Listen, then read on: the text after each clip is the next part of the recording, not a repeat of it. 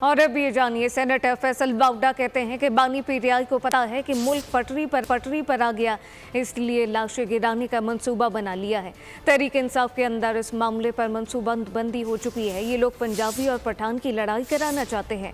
इनको गुंडागर्दी की सियासत करनी है तो कर ले, देख लेंगे इनकी सियासी फतह होगी या दफन होंगे। बानी पीटीआई जिस डगर पर चल रहे हैं वो सियासी ताबूत में आखिरी कील साबित होगी। खान साहब को ये बात पता है कि क्योंकि मुल्क पटरी पे चढ़ रहा है, डायरेक्शन सीधी हो गई है, लाशों के ढेर गिराने की तैयारी है। पीटीआई के अंदर प्लानिंग पीटीआई के अंदर हो चुकी है कि बंदे मार रहे हैं, बंदों की लाशें गिरानी है, उस पर सियासत करनी है।